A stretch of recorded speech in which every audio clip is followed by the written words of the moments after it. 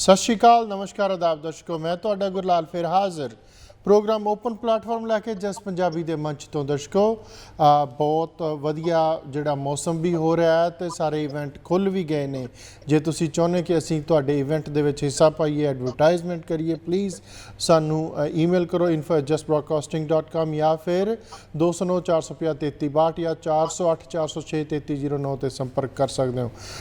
दर्शकों बहुत मुद्दे ने पर एक मुद्दा जिहड़ा हैगा कि आपां बार-बार आपां गल्लां करदे कि पुराने टाइमां दे विच साडी सेहत सही रहिंदी सी, देसी खाने हुंदे सी, देसी फसलां हुंदियां सी, यानी कि ऑर्गैनिक फार्मिंग हुंदी सी तो सेहत सही रहिंदी सी, वातावरण भी सही सी। तुसीं देखिआ होणा अजकल हालात किन्ने बिगड़ रहे, किन्नी गर्मी वध रही है। मैं जे गल करा ऑर्गैनिक खेती दी दर्शकों, जैविक खेती जिहनूं आपां हिंदी च कह लैंदे आ, इंडिया का टोटल जिहड़ा हिस्सा है 2.72% ला लो, यानी कि 2.78 मिलियन हैक्टर जिहड़ी ज़मीन है खेती लायक ਉਹਦੇ ਵਿੱਚ ਅੱਜ भी दर्शकों ऑर्गैनिक खेती की जाती है। जे ਆਪਾਂ ਇਹ आंकड़े लए ने 2020 के सर्वे तो बाद 2.78 मिलियन यानी कि टोटल जिहड़ी खेती है खेती लायक ज़मीन है वह 2% बन जाती है। ये सब तो नंबर जोड़ा है कि वध नंबर जी स्टेट ने लिया है वह है मध्य प्रदेश, वह 0.76 मिलियन हैक्टर के अज भी जैविक खेती की जाती है। ये उस तो बाद राजस्थान तो फिर महाराष्ट्र आ जाता। वैसे तो एक जी सिक्किम है उस सार तो ज़्यादा जी जमीन है जैविक खेती लिए वरती जाती, पर वो टोटल जैज़ कंपैरिजन तो वड्डियां स्टेटां दे बराबर बहुत छोटी स्टेट है। हुण ये 98% जी आपां गल करते हैं कि सिक्किम दे विच टोटल जी खेती है खेती लायक जमीन है 98% जमीन के उत्ते जैविक यानी कि ऑर्गैनिक फार्मिंग हुंदी है। आपां इहदी हिस्टरी की सी, क्यों आपां तो दूर हुंदे रहे, इहदे वर्ल्ड वाइड फैक्ट की है जे आपां करांगे तो यह कि हंगर इंडैक्स नूं मीट करूगी, यानी कि यह जिहड़ी पूरी पब्लिक डिस्ट्रीब्यूशन जो खाण वास्ते जी आपां फूड चाहिए कि पूरा कर सकूगी। जे आपां रसायनिक खेती यानी कि दवा स्प्रेयां वाली खेतियां छड्ड के जे आपां ऑर्गैनिकल वधदे हैं तो वध क्यों नहीं रहे, हौली हौली चेंजिस क्यों आई तो आपां दोबारा और जैविक खेती वाल क्यों नहीं जा रहे। इन्हां सारियां कारण चातवान अपने ना अपने जोड़े विशेषज्ञ है स्पैशलिस्ट है इन्होंने गलों के मार डॉक्टर यशपाल सिंह बाजवा उचेचे तौर तो शिकागो तो अपने नाल जुड़ गए। पहले उन्होंने स्वागत करेंगे तो फिर उन्होंने तो गल पूछांगे। डॉक्टर साहब बहुत बहुत स्वागत जी तुहाडा जस पंजाबी के मंच ते प्रोग्राम ओपन प्लेटफॉर्म ते। हाँ जी, सत श्री अकाल गुरलाल जी, तुहानूं भी ते तुहाडे सारे श्रोतिਆਂ ਨੂੰ धन्यवाद धन्यवाद डॉक्टर साहब। डॉक्टर साहब मेरा एक क्वेश्चन है कि पहला तो दसो कि ਤੁਸੀਂ ਆਪਦੀ ਉਮਰ ਦੇ ਵਿੱਚ ਇੰਡੀਆ ਦੇ ਵਿੱਚ ਆਰਗੈਨਿਕ खेती ਹੁੰਦੀ ਦੇਖੀ ਹੋਊਗੀ, ਬੜਾ ਆਪਾਂ ਰੌਲਾ ਬਹੁਤ ਪਾਉਂਦੇ ਆ ਕਿ ਆਹ ਫਾਇਦੇ ਸੀ ਜਾਂ ਨੁਕਸਾਨ ਸੀ, ਪਰ ਪਹਿਲਾਂ ਤਾਂ ਇਹ ਦੱਸੋ ਕਿ ਐਕਚੁਅਲੀ ਆਰਗੈਨਿਕ ਫਾਰਮਿੰਗ ਜੈਵਿਕ खेती ਹੈ ਕਿ ਇਹਦਾ ਪਿਛੋਕੜ ਜੇ ਇੰਡੀਆ ਨੂੰ ਬੇਸ ਕਰਕੇ ਜਾਂ ਇੱਥੋਂ ਰੱਖਣਾ ਉਹ ਤੁਹਾਡੀ ਮਰਜ਼ੀ ਹੈ, ਹਿਸਟਰੀ ਕੀ ਹੈ ਉੱਥੋਂ ਜ਼ਰੂਰ ਕਰਦੇ ਉਦੋਂ ਆਪਾਂ ਅੱਗੇ ਵਧਦੇ ਹਾਂ। ਹਾਂਜੀ ਗੁਰਲਾਲ ਜੀ, ਜਿਹੜਾ ਤੁਸੀਂ ਪਹਿਲਾਂ ਸਵਾਲ ਪੁੱਛਿਆ ਨਾ, ਮੈਨੂੰ ਆਰਗੈਨਿਕ खेती ਦੀ ਪੂਰੀ ਸੰਭਾਲ ਹੈ ਜੀ। ਜਿਹੜੀ ਮੈਂ 50s 60s ਜਦੋਂ ਉਹ ਨਵੇਂ ਬੀ ਆਏ ਉਦੋਂ ਤੱਕ ਅਸੀਂ ਆਪਣੇ ਖੇਤ 'ਚ ਜਾਇਆ ਕਰਦੇ। ਹਾਂਜੀ ਪਰ ਇੱਕ ਬੜੀ ਕਾਮਨ ਜੀ ਚੀਜ਼ ਹੁੰਦੀ ਸੀ ਜਿਹਨੂੰ ਹੁਣ ਅਸੀਂ ਮੋਨੋਕ੍ਰੋਪਿੰਗ ਕਹਿੰਦੇ ਆ ਇਕੱਲੀ, ਤੇ ਉਦੋਂ ਇੱਕ ਫਸਲ ਲਗਾਇਆ ਕਰਦੇ ਉਹਨੂੰ ਬੇਰੜਾ ਕਹਿੰਦੇ ਸੀ। ਬੇਰੜਾ ਜੀ ਜੀ ਜੀ। ਬੇਰੜੇ 'ਚ ਕੀ ਹੁੰਦਾ ਸੀ, ਕਣਕ ਵੀ ਪਾ ਦੇਣੀ, ਛੋਲੇ ਵੀ ਪਾ ਦੇਣੇ, ਕੁਝ ਹੋਰ ਜਿਹੜੇ ਸੀਰੀਅਲ ਮਿਕਸਚਰ ਹੁੰਦੇ ਸੀ। ਤੇ ਅੱਜ ਵੇਖੋ ਅੱਜ ਦੇ ਦਿਨ 'ਚ ਅਸੀਂ ਉਹ 7 ਰੰਗੇ ਆਟੇ ਲੱਭਦੇ ਫਿਰਦੇ ਆ 7 ਗ੍ਰੇਨ ਮਿਲਾ ਕੇ, ਤੇ ਇਹ ਤਾਂ ਉਦੋਂ ਇੱਕ ਨਾਰਮਲ ਜਿਹਾ ਕੰਮ ਸੀਗਾ। ਮੈਂ ਇਹ ਸਭ ਕੁਝ ਦੇਖਿਆ। ਹੁਣ ਅੱਗੇ ਆਉਂਦੇ ਵੀ ਇਹ ਜਿਹੜੀ ਖੇਤੀ ਹੈ ਵੀ ਇਹ ਹੈ ਕੀ ਹੈ, ਜਿਹਨੂੰ ਪੰਜਾਬੀ 'ਚ ਜੈਵਿਕ ਖੇਤੀ ਕਹਿੰਦੇ ਆ ਜੀ। ਇਹ ਪੁਰਾਣੀ ਪ੍ਰਣਾਲੀ ਦੇ ਨਾਲ ਨਵੀਂ ਸੋਚ ਨੂੰ ਮਿਲਾ ਕੇ ਇਹ ਹੁਣ ਇਹ ਕੀਤੀ ਜਾ ਰਹੀ ਹੈ। ਔਰ ਜੇ ਪਹਿਲੇ ਇਹਨਾਂ ਦੇ ਬੇਸ਼ੱਕ ਝਾੜ ਘੱਟ ਹੁੰਦੇ ਸੀ, ਅਗਰ ਅੱਜ ਦੀ ਦੁਨੀਆ 'ਚ ਇਹਨੂੰ ਅਡਾਪਟ ਕੀਤਾ ਜਾਏ ਇਹਦੇ ਬਹੁਤ ਫਾਇਦੇ ਹੋ ਸਕਦੇ। ਸੋ ਇਹਦੇ ਵਿੱਚ ਹੈ ਕੀ ਹੈ, ਇਹਦੀਆਂ ਜਿਹੜੇ 3-4 ਸੇਲੀਐਂਟ ਫੀਚਰਸ ਹੈ।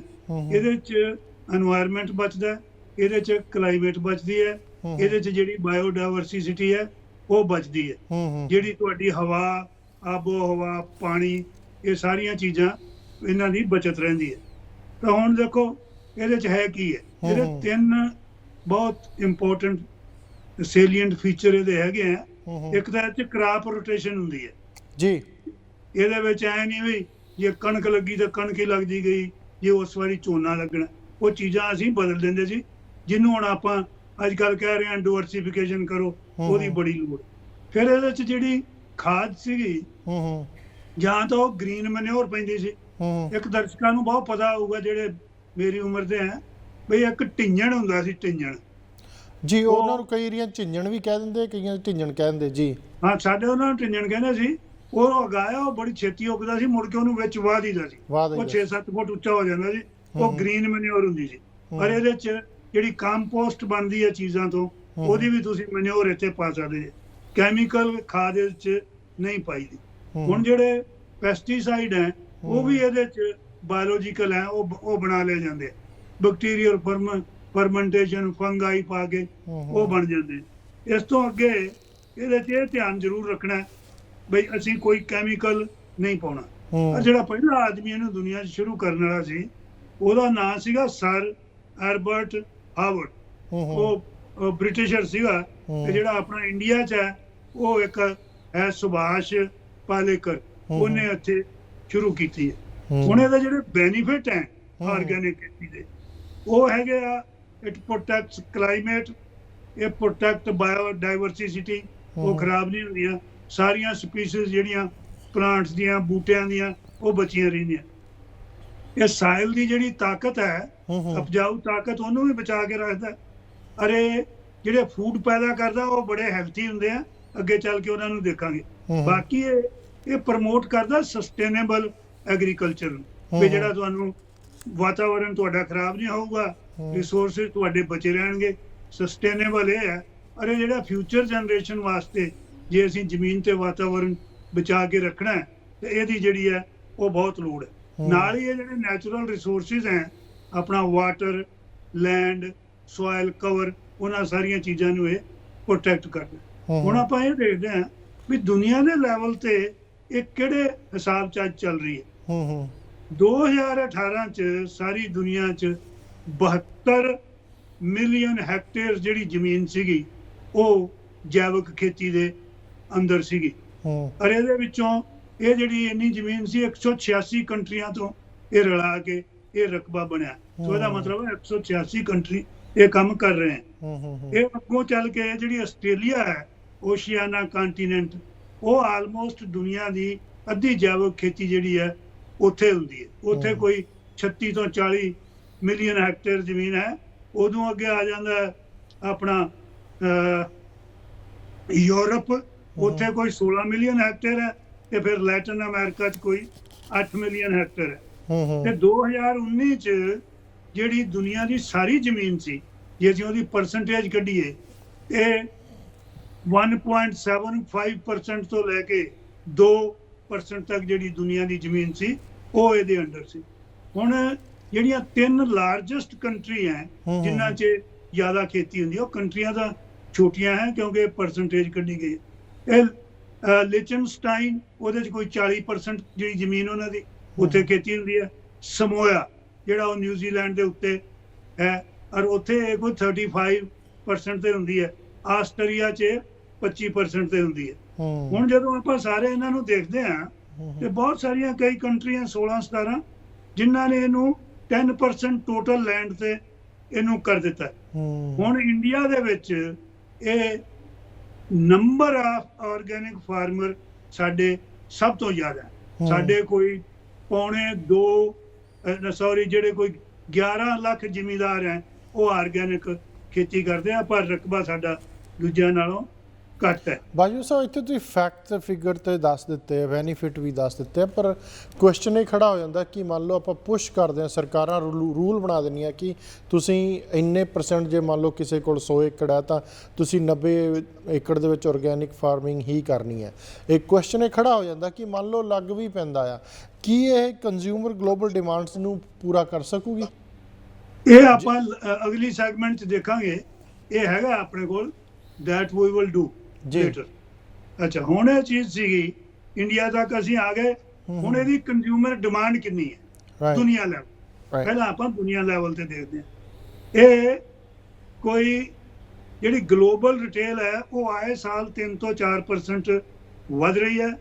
ਕੰਟਰੀਆਂ ਜਿਹੜੀਆਂ ਸਭ ਤੋਂ ਵੱਡੀ ਮਾਰਕੀਟ ਹੈ ਇਹਦੀ, ਉਹ ਯੂਨਾਈਟਿਡ ਸਟੇਟਸ ਹੈ। ਉਹ ਕੋਈ 41 ਬਿਲੀਅਨ ਯੂਰੋਜ਼ ਡਾਲਰ ਨਾਲੋਂ ਵੱਡਾ ਹੁੰਦਾ ਹੈ।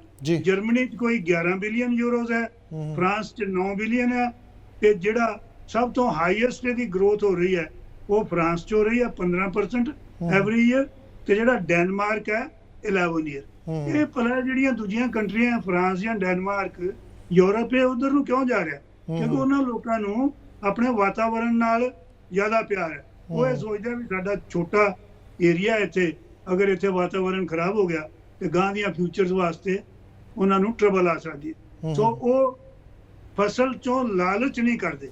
ਮੇਰਾ ਇੱਕ ਇੱਥੋਂ ਮੈਨੂੰ ਇਹ ਲੱਗਦਾ ਵੀ ਉਹ ਇਹ ਨਹੀਂ ਕਹਿੰਦੇ ਵੀ ਬਹੁਤ ਸਾਡੀ ਪ੍ਰੋਡਿਊਸ ਹੋਵੇ, ਉਹ ਇਹ ਸਮਝਦੇ ਆ ਵੀ ਸਾਡਾ ਜਿਹੜਾ ਫੂਡ ਹੈ ਉਹ ਚੰਗਾ ਹੋਣਾ ਚਾਹੀਦਾ, ਕਿਉਂਕਿ ਇਹ ਲੋਕਾਂ ਦੇ ਖਾਣਾ ਹੈ, ਲੋਕਾਂ ਦੀ ਹੈਲਥ ਤੇ ਡਿਪੈਂਡ ਕਰਦੀ ਹੈ। ਹੁਣ ਅੱਗੋਂ ਆਉਨੇ ਆਪਾਂ ਹੁਣ ਇਹ ਗਲੋਬਲ ਗੱਲਬਾਤ ਕਰ ਲਈ, ਹੁਣ ਆਪਾਂ ਇੰਡੀਆ ਤੇ ਆ ਜਾਂਦੇ। ਇੰਡੀਆ ਦੇ ਵਿੱਚ ਗੁਰਲਾਲ ਜੀ ਜਿਹੜੀ ਇਹਦੀ ਹਿਸਟਰੀ ਹੈ ਇਹ ਬਹੁਤ ਪੁਰਾਣੀ ਹੈ। ਇਹ ਇੰਡਸ ਵੈਲੀ ਸਿਵਲਾਈਜੇਸ਼ਨ ਦੇ ਟਾਈਮ ਤੋਂ ਇਹ ਜਿਹੜੀ ਆਪਣੀ ਖੇਤੀ ਸੀਗੀ ਉਹ ਹੋਇਆ ਕਰਦੀ, ਔਰ ਉਹ ਐਵੇਂ ਹੁੰਦੀ ਸੀ ਕਿ ਉਸ ਜ਼ਮਾਨੇ 'ਚ ਫੂਡ ਬਿਲਕੁਲ ਤੁਹਾਡੀਆਂ ਲਾਈਵਲੀਹੁੱਡਸ ਨੂੰ ਵੀ ਸਪੋਰਟ ਕਰਦਾ ਸੀ, ਪਰ ਤੁਹਾਡੀ ਜਿਹੜੀ ਖਾਣ ਪੀਣ ਦੀ ਰਿਕੁਆਇਰਮੈਂਟ ਸੀ ਉਹ ਵੀ ਪੂਰੀ ਕਰਦਾ ਸੀ। ਤਾਂ ਉਹਦੇ ਵਿੱਚ ਹੁੰਦਾ ਕੀ ਸੀਗਾ ਵੀ ਉਹ ਵੀ ਜਿਹੜੇ ਉਦੋਂ ਟੈਕਨੀਕ ਯੂਜ਼ ਕਰਦੇ ਸੀ, ਉਹੀ ਆਪਾਂ ਦੱਸਿਆ ਵੀ ਉਹ ਸਾਰੇ ਜਿਹੜੇ ਆਰਗੈਨਿਕ ਪ੍ਰੋਡਕਟ ਸੀ ਉਹ ਰੀਸਾਈਕਲ ਕਰਦੇ ਨੇ। ਜੇ ਫਰਜ਼ ਕਰੋ ਅੰਬ ਚੂਪਿਆ, ਉਹਦੀ ਛਿੱਲ ਵੀ, ਉਹ ਜਿਹਨੂੰ ਆਪਾਂ ਰੂੜੀ ਕਹਿੰਦੇ ਸੀ, ਉਹਦੇ 'ਚ ਆਪਾਂ ਸਭ ਕੁਝ ਉਹ ਇਕੱਠਾ ਕਰੀ ਜਾਈਦਾ ਸੀ। ਉਹਦੇ 'ਚ ਇੱਕ ਦਾ ਕੂੜਾ ਗੋਹਾ, ਦੂਜਾ ਮੁੜ ਕੇ ਜੇ ਕੋਈ ਘਰ ਦੀ ਸਬਜ਼ੀ, ਗੰਢਿਆਂ ਦੀਆਂ ਛਿੱਲਾਂ, ਦੂਜੀਆਂ ਜਿਹਨੂੰ ਹੁਣ ਅਸੀਂ ਕੰਪੋਸਟ ਕਹਿੰਦੇ ਆ, ਤਾਂ ਇਹਦੇ 'ਚ ਉਹ ਰੀਸਾਈਕਲ ਸਭ ਕੁਝ ਕਰ ਦਿੰਦੇ ਸੀ। ਫਿਰ ਅੱਗੋਂ ਉਹ ਕ੍ਰਾਪ ਰੋਟੇਸ਼ਨਸ ਵੀ ਕਰਦੇ ਸੀ, ਜਿਵੇਂ ਮੈਂ ਤੁਹਾਨੂੰ ਉਹ ਬੇਰੜੇ ਵਾਲੀ ਪਹਿਲਾਂ ਐਗਜ਼ਾਮਪਲ ਦਿੱਤੀ ਹੈ, ਇੱਕ ਤਰ੍ਹਾਂ ਦੀਆਂ ਫਸਲਾਂ ਨਹੀਂ ਸੀ ਕਰਦੇ। ਫਿਰ ਅੱਗੋਂ ਉਹ ਕੀ ਕਰਦੇ ਸੀ ਬਈ ਜਿਹੜੀਆਂ ਲੈਗਿਊਮਸ ਕ੍ਰਾਪ ਸੀ ਉਹਨਾਂ ਨੂੰ ਗਰੋ ਕਰਦੇ ਸੀ, ਜਿਵੇਂ ਮੂੰਗੀ, ਹੋਰ ਕਈ ਦਾਲਾਂ, ਕਈ ਟਿੰਜਣ, ਮਟਰ। ਇਹਨਾਂ ਨਾਲ ਕੀ ਹੁੰਦਾ, ਜਿਹੜੇ ਲੈਗਿਊਮ, ਜਿਹੜੀ ਫਲੀਦਾਰ ਸਬਜ਼ੀ ਹੁੰਦੀ ਹੈ ਜਾਂ ਫਸਲ, ਇਹਦੇ ਨਾਲ ਜਿਹੜਾ ਨਾਈਟ੍ਰੋਜਨ ਫਿਕਸ ਹੋ ਜਾਂਦਾ, ਐਟਮੋਸਫੀਅਰ ਤੋਂ ਉਹ ਨਾਈਟ੍ਰੋਜਨ ਆਪਣੀਆਂ ਜੜ੍ਹਾਂ 'ਚ ਖਿੱਚ ਲੈਂਦਾ, ਤੇ ਤੁਹਾਨੂੰ ਉਹ ਜਿਹੜਾ ਹੈਗਾ ਕੈਮੀਕਲ ਨਹੀਂ ਪਾਉਣਾ ਪੈਂਦਾ, ਔਰ ਜਿਹੜੀ ਅਗਲੀ ਫਸਲ ਹੁੰਦੀ ਹੈ ਉਹਨੂੰ ਵੀ ਉਹ ਫਾਇਦਾ ਦਿੰਦਾ। ਫਿਰ ਉਹ ਜਿਹੜੇ ਸੀਡਸ ਯੂਜ਼ ਕਰਦੇ ਸੀ ਉਹ ਇੰਡੀਜੀਨਸ ਸੀਡ ਯੂਜ਼ ਕਰਦੇ ਸੀ। ਉਹ ਹੁਣ ਵਾਲੇ ਬਾਇਓਟੈਕ ਵਾਲੇ ਜਿਹੜੇ ਅੱਜ ਕੱਲ੍ਹ ਬੜੇ ਹਾਈ ਯੀਲਡ, ਇਹ ਉਹ ਨਹੀਂ ਸੀ ਕਰਦੇ। ਇੱਥੇ ਨਾ ਆਪਾਂ ਨੂੰ ਰੁਕਣਾ ਪੈ ਰਿਹਾ ਇੱਕ ਛੋਟੀ ਜਿਹੀ ਬ੍ਰੇਕ ਲਈ, ਪਰ ਮੈਂ ਕੁਐਸਚਨ ਇੱਥੇ ਫਿਰ ਉਹੀ ਖੜੇ ਹੋ ਜਾਂਦੇ ਵੀ ਰੁਕਿਆ ਕਿਉਂ ਨਹੀਂ ਸੀ ਇੱਥੇ? ਪ੍ਰੋਬਲਮ ਕਿੱਥੋਂ ਆਈ? ਲੋਕ ਜ਼ਿਆਦਾ ਮਾਤਰਾ ਯਾਨੀ ਕੁਆਂਟਿਟੀ ਜ਼ਿਆਦਾ ਲੈ ਕੇ ਪੈਸਾ ਜ਼ਿਆਦਾ ਕਮਾਉਣਾ ਚਾਹੁੰਦੇ ਸੀ, ਜਾਂ ਕੋਈ ਹੋਰ ਕਾਰਨ ਬਣੇ, ਜਾਂ ਫਿਰ ਜਿਹੜੀ ਗ੍ਰੀਨ ਰੈਵੋਲੂਸ਼ਨਸ ਇੰਡੀਆ ਆਈ ਸੀ ਕਿਉਂਕਿ ਉਹ ਕੰਟਰੀ ਦੀ ਜ਼ਰੂਰਤ ਸੀ ਉਸ ਵੇਲੇ? ਇਹਨਾਂ ਗੱਲਾਂ 'ਤੇ ਆਪਾਂ ਜ਼ਰੂਰ ਝਾਤ ਮਾਰਾਂਗੇ, ਪਰ ਆਪਾਂ ਨੂੰ ਰੁਕਣਾ ਪੈ ਰਿਹਾ ਇੱਕ ਛੋਟੀ ਜਿਹੀ ਬ੍ਰੇਕ ਲਈ। ਦਰਸ਼ਕਾਂ ਨੂੰ ਦਰਸ਼ਕੋ ਬਹੁਤ ਸੋਹਣਾ ਐਲੈਬੋਰੇਟ ਕਰ ਰਹੇ ਆਰਗੈਨਿਕ ਖੇਤੀ ਬਾਰੇ, ਜਿਹੜੇ ਆਰਗੈਨਿਕ ਫਾਰਮਿੰਗ ਬਾਰੇ ਡਾਕਟਰ ਬਾਜਵਾ। ਸਾਨੂੰ ਰੁਕਣਾ ਪੈ ਰਿਹਾ ਇੱਕ ਛੋਟੀ ਜਿਹੀ ਬ੍ਰੇਕ ਲਈ। ਇੱਦਾਂ ਹੀ ਬਣੇ ਰਹੋ ਜਸ ਪੰਜਾਬੀ 'ਤੇ। ਸਵਾਗਤ ਜੀ ਤੁਹਾਡਾ ਸਾਰਿਆਂ ਦਾ ਫੇਰ ਪ੍ਰੋਗਰਾਮ ਓਪਨ ਪਲੇਟਫਾਰਮ ਜਸ ਪੰਜਾਬੀ ਦੇ ਮੰਚ ਤੋਂ। ਅੱਜ ਆਪਾਂ ਗੱਲ ਕਰ ਰਹੇ ਹਾਂ ਆਰਗੈਨਿਕ ਖੇਤੀ, ਯਾਨੀ ਕਿ ਜੈਵਿਕ ਖੇਤੀ, ਆਰਗੈਨਿਕ ਫਾਰਮਿੰਗ। ਉਹਨਾਂ ਦੇ ਕੀ ਫੈਕਟਸ ਨੇ, ਕੀ ਫਿਗਰਸ ਨੇ, ਕਿਉਂ ਆਪਾਂ ਉਹ ਤੋਂ ਦੂਰ ਹੋਏ, ਹੁਣ ਕਿਹੜੀਆਂ ਚੀਜ਼ਾਂ ਜਿਹੜੀਆਂ ਆਪਾਂ ਨੂੰ ਵਾਪਸ ਉੱਥੇ ਨਹੀਂ ਜਾਣ ਨਹੀਂ ਦੇ ਰਹੀਆਂ। ਇਹਨਾਂ ਸਾਰੀਆਂ ਗੱਲਾਂ ਝਾਤਵਾਨ ਆਪਣਾ ਬਣੇ ਹੋਏ ਨੇ ਜਿਹੜੇ ਸਪੈਸ਼ਲਿਸਟ ਨੇ, ਇਹਨਾਂ ਚੀਜ਼ਾਂ ਦੇ ਮਾਹਿਰ ਨੇ, ਡਾਕਟਰ ਰਿਸ਼ਪਾਲ ਸਿੰਘ ਬਾਜਵਾ। ਡਾਕਟਰ ਸਾਹਿਬ, ਆਪਾਂ ਨਾ ਬ੍ਰੇਕ ਤੋਂ ਪਹਿਲਾਂ ਤੁਸੀਂ ਕਈ ਚੀਜ਼ਾਂ ਕਵਰ ਕੀਤੀਆਂ, ਕੰਟਰੀਜ਼ ਨੂੰ ਕਵਰ ਕੀਤਾ, ਪਰ ਮੇਰਾ ਇੱਕ ਛੋਟਾ ਜਿਹਾ ਕੁਐਸਚਨ ਹੈ, ਉਹਨੂੰ ਥੋੜ੍ਹਾ ਜਿਹਾ ਕਲੈਰੀਫਾਈ ਕਰਕੇ ਤੁਸੀਂ ਉਹਦਾ ਆਨਸਰ ਕਰਕੇ ਜ਼ਰੂਰ ਆਪਦੇ ਹਿਸਾਬ ਨਾਲ ਤੁਸੀਂ ਅੱਗੇ ਵਧਿਓ। ਮੇਰਾ ਇਹ ਸੀਗਾ ਕਿ ਆਪਾਂ ਦੂਰ ਕਿਉਂ ਹੋਏ, ਅਤੇ ਜੇ ਦੂਰ ਹੋ ਗਏ ਤਾਂ ਹੁਣ ਨੇੜੇ ਆਉਣ ਨੂੰ ਕਿਹੜੀਆਂ ਚੀਜ਼ਾਂ ਬਾਦਰ ਕਰ ਰਹੀਆਂ? ਦੂਰ ਗੁਰਲਾਲ ਜੀ ਐਂ ਹੋਏ ਜੀ ਵੀ ਜਦੋਂ ਜਿਹੜੇ ਮੈਂ ਪਹਿਲਾਂ ਚੀਜ਼ਾਂ ਕਹਿ ਰਿਹਾ ਸੀ ਉਹਦੇ 'ਚ ਇੱਕ ਚੀਜ਼ ਐਡ ਕਰਨੀ, ਕਿ ਆਰਗੈਨਿਕ ਖੇਤੀ 'ਚ ਸਾਡੀ ਖੇਤੀ ਦੇ ਨਾਲ ਅਸੀਂ ਲਾਈਫ ਸਟਾਕ ਰੀਅਰ ਵੀ ਕਰਦੇ ਸੀ। ਕੋਈ ਭਾਵੇਂ ਬੱਕਰੀ ਰੱਖ ਲਵੇ, ਕੋਈ ਭਾਵੇਂ ਗਾਂ ਰੱਖ ਲਵੇ, ਭਾਵੇਂ ਕੋਈ ਮੱਝ ਰੱਖ ਲਵੇ। ਸੋ ਇਹ ਕ੍ਰਾਪ ਤੇ ਲਾਈਫ ਸਟਾਕ ਉਹਦੇ ਦੋਨੇ ਪਾਰਟ ਹੁੰਦੇ ਸੀ, ਜੇ ਤੋਂ ਹੁਣ ਅਸੀਂ ਕਾਫੀ ਦੂਰ ਜਾ ਚੁੱਕੇ ਹਾਂ। ਅੱਗੇ ਦੂਜਾ ਤੁਹਾਡਾ ਸਵਾਲ ਇਹ ਆਉਂਦਾ ਹੈ ਵੀ ਉਹ ਜਦੋਂ ਇੰਡਸ ਵੈਲੀ ਵਾਲੀ ਪੁਰਾਣੀ ਕੰਮ ਚੱਲੀ ਜਾ ਰਿਹਾ ਸੀ, ਉਹ ਐਕਚੁਅਲੀ ਜਦੋਂ ਹਿੰਦੁਸਤਾਨ ਦੇ ਵਿੱਚ ਬ੍ਰਿਟਿਸ਼ ਰੂਲ ਆ ਗਿਆ ਨਾ, ਜਦੋਂ ਇਹ ਆਏ ਈਸਟ ਇੰਡੀਆ ਕੰਪਨੀ ਆਈ, ਦੂਜੀ ਆਏ, ਹੌਲੀ ਹੌਲੀ ਇਹਨਾਂ ਨੇ ਕੀ ਕੀਤਾ, ਜਿਉਂ-ਜਿਉਂ ਇਹਨਾਂ ਦਾ ਕੰਟਰੋਲ ਸਾਡੇ ਕੰਟੀਨੈਂਟ ਤੇ ਜ਼ਿਆਦਾ ਹੋ ਗਿਆ ਇੰਡੀਆ ਤੇ ਇਹਨਾਂ ਨੇ ਜਿਹੜੀਆਂ 3 ਇਹਨਾਂ ਦੀਆਂ ਆਪਣੀਆਂ ਕ੍ਰਾਪ ਸੀਗੀਆਂ ਜਿੱਥੋਂ ਇਹਨਾਂ ਨੂੰ ਪੈਸੇ ਬਣ ਸਕਦੇ ਇਹਨਾਂ ਨੇ ਇੱਕ ਤਾਂ ਸਾਨੂੰ ਕਾਟਨ ਤੇ ਲਾਤਾ, ਕਾਟਨ ਤੇ ਲਾਤਾ, ਦੂਜਾ ਇਹਨਾਂ ਨੇ ਸਾਨੂੰ ਜਿਹੜੀ ਉਹ ਨੀਲ ਇੰਡੀਕੋ ਜਿਹੜਾ ਸੀਗਾ ਉਹ ਤੇ ਲਾਤਾ, ਤੇ ਤੀਜਾ ਸਾਨੂੰ ਤਮਾਕੂ ਤੇ ਭੰਗ ਬੀਜਣ ਤੇ ਲਾ, ਕਿਉਂਕਿ ਇਹ ਜਿਹੜੀਆਂ ਕੈਸ਼ ਕ੍ਰਾਪ ਸੀਗੀਆਂ ਇਹਨਾਂ ਨੂੰ ਵੇਚ ਕੇ ਇਹਨਾਂ ਨੂੰ ਜ਼ਿਆਦਾ ਪੈਸੇ ਬਣਦੇ ਸੀ, ਤੇ ਜਿਹੜਾ ਸਾਡਾ ਦੂਜਾ ਕੰਮ ਸੀ ਹੌਲੀ ਹੌਲੀ ਕਣਕ ਲਿਆਤੀ, ਝੋਨਾ ਲਿਆਤਾ ਵੀ ਤੁਸੀਂ ਉਧਰ ਨੂੰ ਹੋ ਜਾਓ। ਫਿਰ ਕੀ ਹੋਇਆ, ਇੰਡੀਆ ਆਜ਼ਾਦ ਹੋ ਗਿਆ। ਜਦੋਂ ਇੰਡੀਆ ਆਜ਼ਾਦ ਹੋ ਗਿਆ ਤੇ ਪਹਿਲੇ ਜਿਹੜੇ ਆਪਣੇ 10-15 ਸਾਲ ਸੀ ਉਦੋਂ ਤਾਂ ਕੋਈ ਸਾਨੂੰ 7 ਲੱਖ ਟਨ ਤੋਂ ਲੈ ਕੇ 10 ਲੱਖ ਟਨ ਤੱਕ ਜਿਹੜੀ ਕਣਕ ਤੇ ਝੋਨਾ ਸਾਨੂੰ ਬਾਹਰੋਂ ਮੰਗਵਾਉਣਾ ਪੈਂਦਾ ਸੀ ਟੂ ਮੀਟ ਆਵਰ ਡਿਮਾਂਡ, ਲੋਕਾਂ ਦੀਆਂ, ਸਾਡੀ ਪਾਪੂਲੇਸ਼ਨ ਦੀ। ਪਰ ਉਹ ਜਦੋਂ ਸੰਨ 66 ਆਇਆ, ਸੰਨ 66 ਚ ਉਦੋਂ ਥੋੜਾ ਜਿਹਾ ਚਿਰ ਪਹਿਲਾਂ ਜਵਾਹਰ ਲਾਲ ਨਹਿਰੂ ਨੇ ਟੂਰ ਕੀਤਾ ਸਾਰੀ ਦੁਨੀਆ ਦਾ, ਤੇ ਉਹ ਗਿਆ ਤੇ ਅਮਰੀਕਾ ਨੇ ਉਹਨਾਂ ਦੀ ਮਦਦ ਕੀਤੀ। ਉਹਨਾਂ ਨੇ ਕਿਹਾ ਜੀ ਅਸੀਂ ਤੁਹਾਨੂੰ ਹਾਈਬ੍ਰਿਡ ਹਾਈ ਯੀਲਡਿੰਗ ਆਪਣੇ ਸੀਡਸ ਦੇ ਦਿੰਦੇ ਆ। ਉਹਦੇ ਨਾਲ ਕੀ ਹੋਇਆ ਵੀ ਉਹਨੂੰ ਕਹਿੰਦੇ ਸੀ ਉਦੋਂ ਨੌਰਨ 10, ਮੈਂ ਉਦੋਂ POG ਚ ਪੜ੍ਹਦਾ ਹੁੰਦਾ ਸੀਗਾ, ਇਹ ਜਦੋਂ ਦੀਆਂ ਗੱਲਾਂ ਇਹ ਮੈਂ ਸਭ ਦੇਖੀਆਂ। ਪਰ ਉਦੋਂ ਬਾਅਦ ਉਹਨਾਂ ਨੇ ਸਾਨੂੰ ਇੱਕ ਰਾਈਸ ਦੀ ਵੀ ਬਰੀਡ ਦੇ ਦਿੱਤੀ, ਉਹਨੂੰ IR8 ਕਹਿੰਦੇ ਸੀ। ਚਲੋ ਉਹ ਕੰਮ ਹੌਲੀ ਹੌਲੀ ਫਿਰ ਉਹ ਮੈਕਸੀਕਨ ਆਈ, ਫਿਰ ਦੁਬਾਰਾ ਦੂਜਾ ਆਇਆ, ਫਿਰ ਉਹ ਲੋਕਲੀ ਕੁਝ ਉਹਨਾਂ ਨੂੰ ਕ੍ਰਾਸ ਕਰਕੇ ਬਣਾਉਣ ਲੱਗੇ, ਪਰ ਉਹ ਹਾਈ ਯੀਲਡਿੰਗ ਦੀ ਲੋੜ ਸੀ, ਉਹ ਲੱਗਦੀਆਂ। ਹੁਣ ਇਹ ਜਿਹੜੀਆਂ ਹਾਈ ਯੀਲਡਿੰਗ ਹੈਗੀਆਂ ਇਹਨਾਂ ਦੇ ਨਾਲ ਜਿਹੜੀ ਆਪਾਂ ਕੱਲੀ ਇਹਨਾਂ ਨੂੰ ਖੁਰਾਕ ਪਾਉਂਦੇ ਆ ਆਪਣੀ ਰੂੜੀ, ਉਹ ਪੂਰੀ ਨਹੀਂ ਹੁੰਦੀ।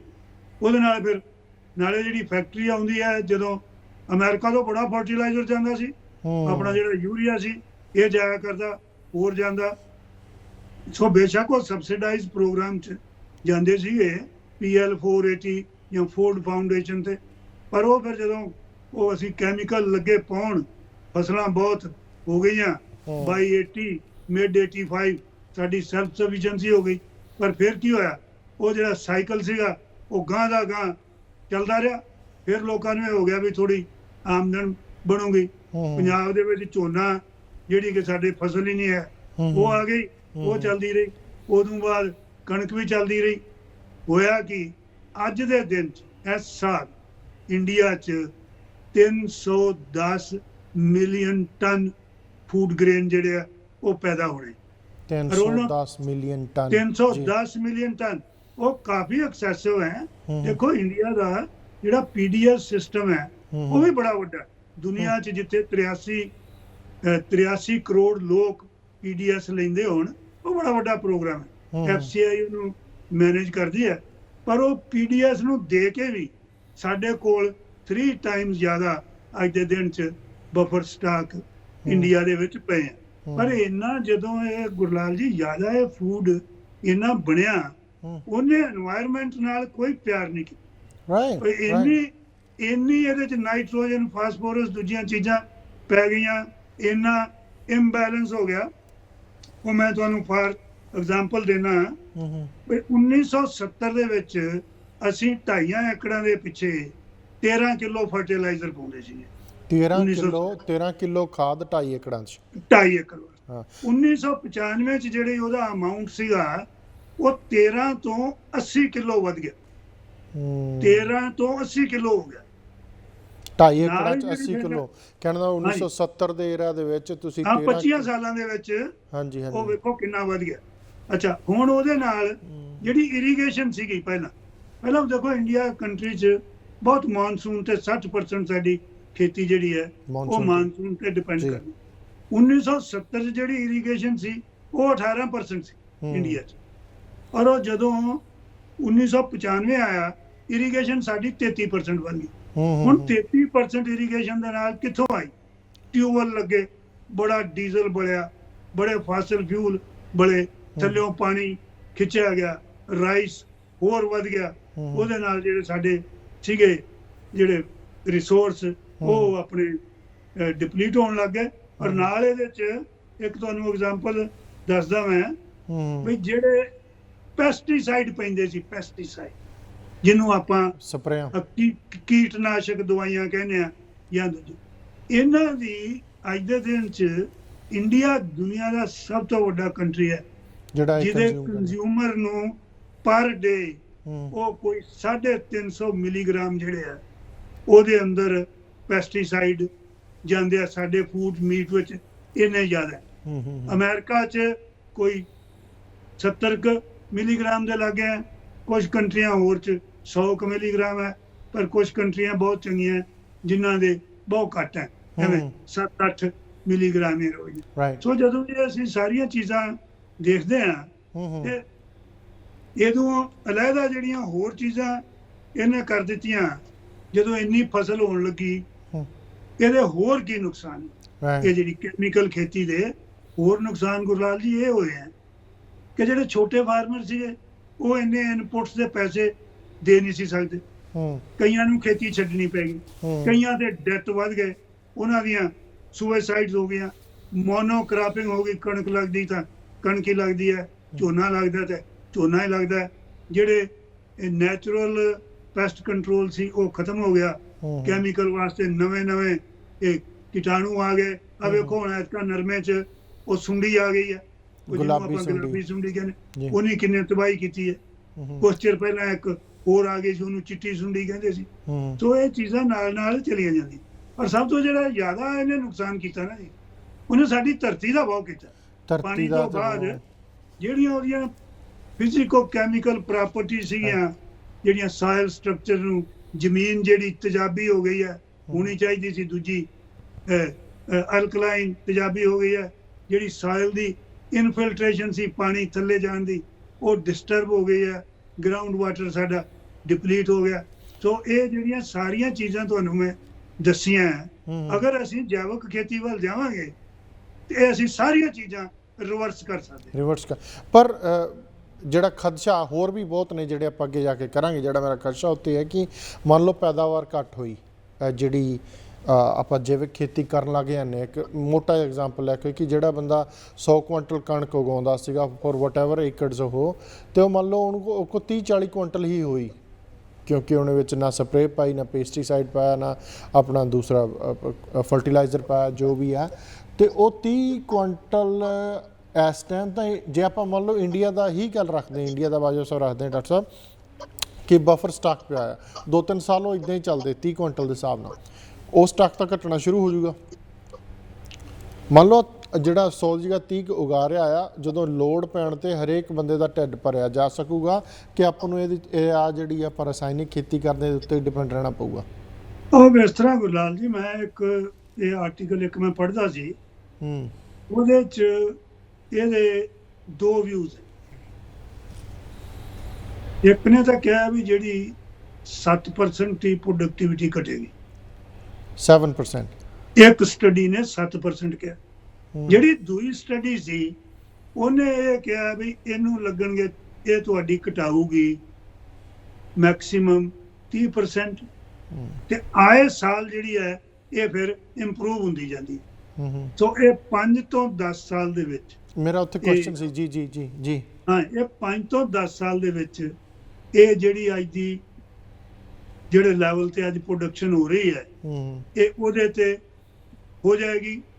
ਪਰ ਅੱਗੇ ਇੱਕ ਪੁਆਇੰਟ ਇੱਥੇ ਹੋਰ ਆਉਣਾ ਹੈ ਵੀ ਅੱਜ ਦੇ ਦਿਨ 'ਚ ਸਾਰੀ ਦੁਨੀਆ ਨੇ ਇਸ ਸਾਲ 2.7 ਬਿਲੀਅਨ ਟਨਸ ਫੂਡ ਉਗਾਉਣਾ ਜੀ, ਜਿਹਦੇ ਵਿੱਚੋਂ ਲੋਕਾਂ ਦੇ ਖਾਣ ਵਾਸਤੇ 43% ਅਨਫ ਹੈ। ਜਿਹੜਾ 57% ਫੂਡ ਅਸੀਂ ਜ਼ਿਆਦਾ ਉਗਾ ਰਹੇ ਹਾਂ ਉਹ ਕਿੱਥੇ ਯੂਜ਼ ਹੁੰਦਾ ਹੈ? ਇੱਕ ਤਾਂ ਸਾਡੇ ਦੁਨੀਆ ਦੇ ਐਨੀਮਲਸ ਲਾਈਵ ਸਟਾਕ ਨੂੰ ਫੀਡ ਕਰਨ ਵਾਸਤੇ, ਠੀਕ ਹੈ, ਉਹਨਾਂ ਦੀ ਲੋੜ ਜੈਨੂਇਨ ਹੈ, ਹੋਣੀ ਚਾਹੀਦੀ। ਉਸ ਤੋਂ ਅੱਗੇ ਬਾਕੀ ਜਿਹੜਾ ਫੂਡ ਇੰਨਾ ਬਚਦਾ ਹੈ ਉਹਦੇ ਕੁਝ ਇੰਡਸਟਰੀਅਲ ਯੂਜ਼ਸ ਹੈਗੇ। ਕੁਝ ਦੀ ਅਸੀਂ ਵੇਖੋ ਐਥੇਨॉल ਬਣਾਉਨੇ, ਐਥੇਨॉल ਬਣਾ ਕੇ ਮੁੜ ਕੇ ਅਸੀਂ ਉਹਨੂੰ ਆਪਣੇ ਗੈਸੋਲੀਨ 'ਚ ਪਾਉਨੇ। ਸੋ ਮੇਰਾ ਕਹਿਣ ਦਾ ਮਤਲਬ ਇਹ ਹੈ ਸਾਰਾ ਵੀ ਅੱਜ ਦੇ ਦਿਨ 'ਚ ਦੁਨੀਆ ਸਾਰੀ ਨੂੰ ਅੱਜ ਫੂਡ ਦੀ ਕਮੀ ਨਹੀਂ ਪ੍ਰੋਬਲਮ ਬਣੀ ਪਈ। ਅੱਜ ਜਿਹੜੀ ਫੂਡ ਦਾ ਵਾਧਾ ਹੈ, ਐਕਸੈਸਿਵ, ਹਾਂਜੀ, ਐਕਸੈਸ ਫੂਡ ਨੇ ਸਾਡੇ 'ਚ ਬਹੁਤ ਪ੍ਰੋਬਲਮ ਕੀਤੀ ਹੈ।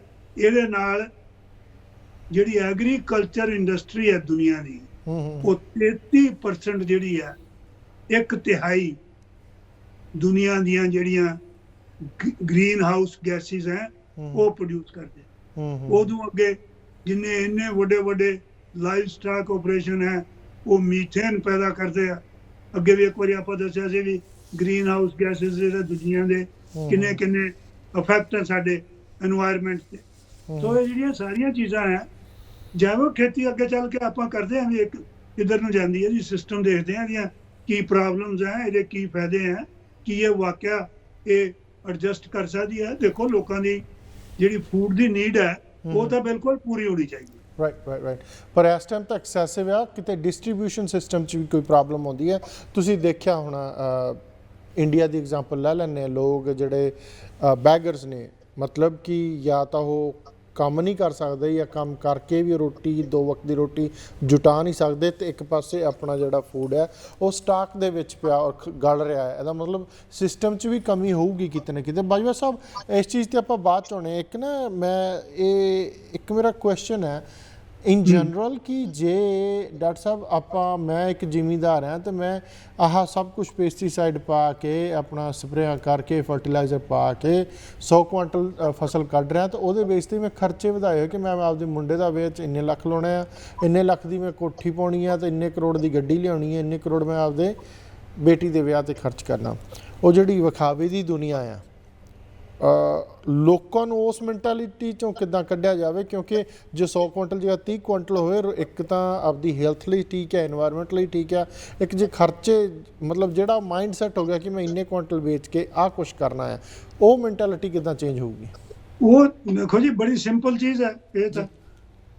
ਹੁਣ ਮੈਂ ਲੈਕਚਰ ਦੇ ਰਿਹਾ ਤੁਹਾਡੇ ਤੇ, ਤੁਸੀਂ ਮੇਰੇ ਨਾਲ ਗੱਲਬਾਤ ਕਰ ਰਹੇ ਜੇ ਵੀ ਆਪਾਂ ਪੁਰਾਤਨ ਸੋਚ ਵਾਲੀ ਕੰਮ 'ਚ ਜਾਣਾ ਜੀ, ਵੀ ਆਪਾਂ ਜੈਵਿਕ ਖੇਤੀ 'ਚ ਜਾਣਾ ਜੀ ਜੀ ਜੀ ਜੀ ਜੀ। ਤੇ ਜੇ ਹੁਣ ਆਪਾਂ ਉਹਨੂੰ ਸ਼ੁਰੂ ਕਰਦੇ ਹਾਂ ਗੱਲ ਨੂੰ, ਚਲੋ ਉਹ ਤਾਂ ਜਿਹੜੀ ਨੀਲ ਘਾਟੀ ਦੀ ਸੱਭਿਅਤਾ ਤੇ ਬਹੁਤ ਪੁਰਾਣੀ ਹੋ ਗਈ, ਆਪਾਂ ਆਪਣੇ ਨਵੇਂ ਕੰਟਰੀ 'ਚ ਆ ਜਾਂਦੇ ਆ ਕਿ ਜਦੋਂ ਸਨ 50 60 ਚ 70 ਚ ਜਿਹੜੇ ਸਾਡੇ ਖਰਚ ਸੀਗੇ ਸ਼ਾਦੀਆਂ ਦੇ ਇੰਨੇ ਨਹੀਂ ਸੀ ਹੋਇਆ ਕਰਦੇ। ਨਹੀਂ ਹੋਇਆ ਆਪਾਂ ਜੇ ਹੁਣ ਅਸੀਂ ਅਗਰ ਆਰਗੈਨਿਕ ਖੇਤੀ 'ਚ ਜਾ ਰਹੇ ਹਾਂ ਤੇ ਹੋ ਸਕਦਾ ਸਾਡੀ ਥੋੜੀ ਜਿਹੀ ਇਨਕਮ ਘਟੇਗੀ ਤੇ ਸਾਨੂੰ ਜਿਹੜੇ ਆਪਣੇ ਅਨਵਾਂਟਡ ਖਰਚੇ ਹੈ ਵਿਖਾਵੇ ਦੀ ਦੁਨੀਆ ਤੋਂ।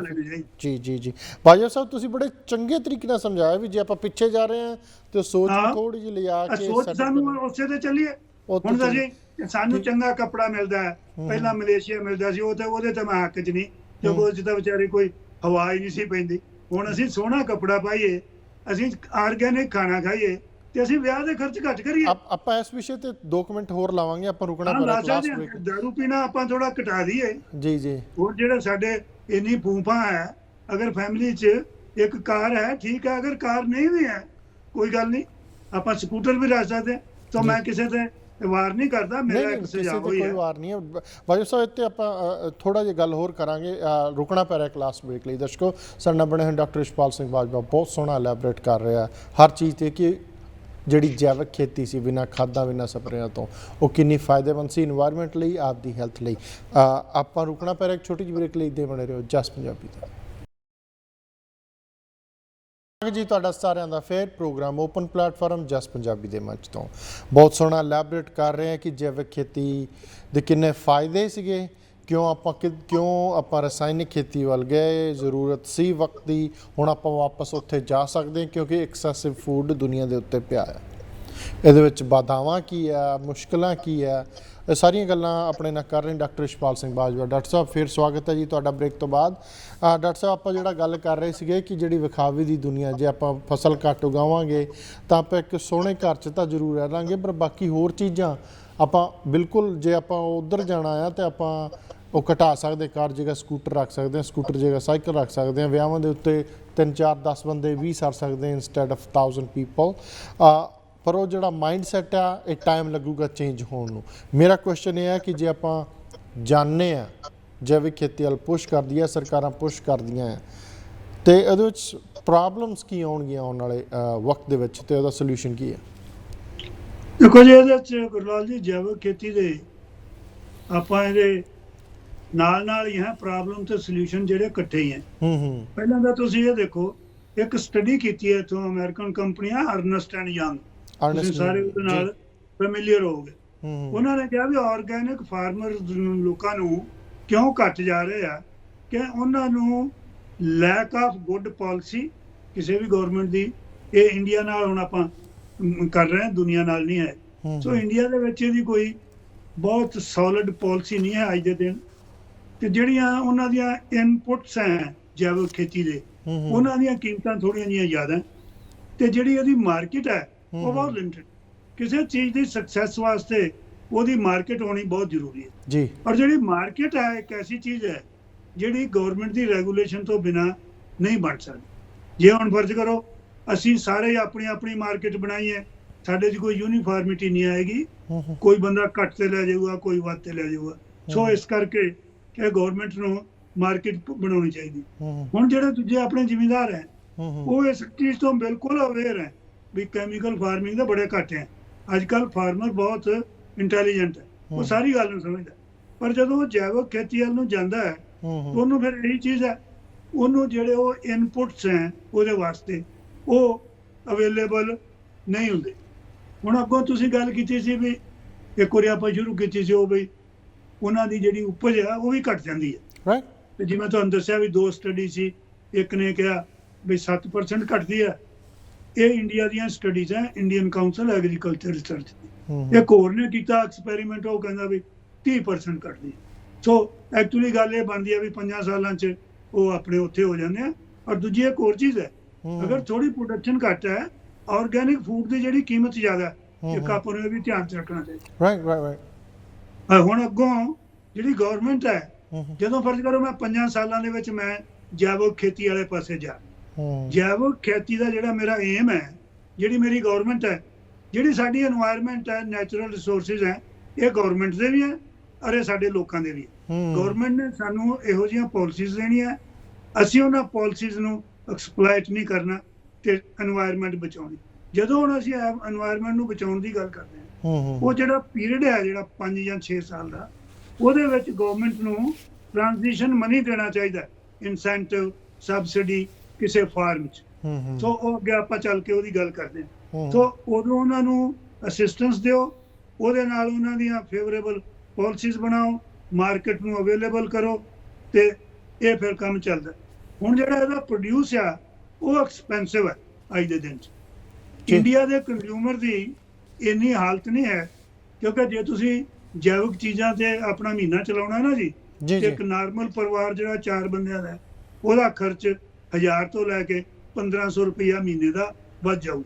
ਸੋ ਕੁਝ ਲੋਕਾਂ ਸਾਡੇ ਕੋਲ ਉਹ ਰਿਸੋਰਸਿਸ ਹੈ ਨਹੀਂ। ਅੱਗੋਂ ਇੱਕ ਹੋਰ ਚੀਜ਼ ਹੈ, ਗਵਰਨਮੈਂਟ ਨੂੰ ਇਹਦੀ ਅਵੇਅਰਨੈਸ ਪ੍ਰੋਗਰਾਮ ਕਰਨੇ ਚਾਹੀਦੇ ਆ, ਮੀਡੀਆ ਤੇ ਟੀਵੀ ਤੇ ਇਸ਼ਤਿਹਾਰ ਦੇਣੇ ਚਾਹੀਦੇ ਆ ਬਈ ਇਹਦੇ ਫਾਇਦੇ ਇਹ ਹੈ ਔਰ ਪੁਰਾਣੀ ਖੇਤੀ ਦੇ ਕੈਮੀਕਲ ਦੇ ਨੁਕਸਾਨ ਕੀ ਹੈ। ਸੋ ਸਾਨੂੰ ਉਹ ਗਵਰਨਮੈਂਟ ਵੱਲੋਂ ਪ੍ਰੋਗਰਾਮ, ਸਾਡੀਆਂ ਪੰਚਾਇਤਾਂ ਵੱਲੋਂ, ਬਲਾਕ ਡਿਵੈਲਪਮੈਂਟ ਵੱਲੋਂ, ਸਾਡੇ ਜ਼ਿਲ੍ਹੇ ਲੈਵਲ ਤੇ, BDO ਲੈਵਲ ਤੇ ਇਹ ਚੱਲਣਾ ਚਾਹੀਦਾ, ਕਿਉਂਕਿ ਇੰਡੀਆ ਦੇ ਉਹ ਜਿਹੜੇ ਸਿਸਟਮ ਹੈ ਸਾਰੇ ਉਹ ਬੜਾ ਸਟਰੋਂਗ ਹੈ ਪੰਚਾਇਤੀ ਸਿਸਟਮ। ਸਿਰਫ ਸਾਨੂੰ ਉੱਥੇ ਆਪਣੀ ਇੱਕ ਪੋਲੀਟੀਕਲ ਤੇ ਐਗਜ਼ੈਕਟਿਵ ਵਿਲ ਦੀ ਲੋੜ ਹੈ।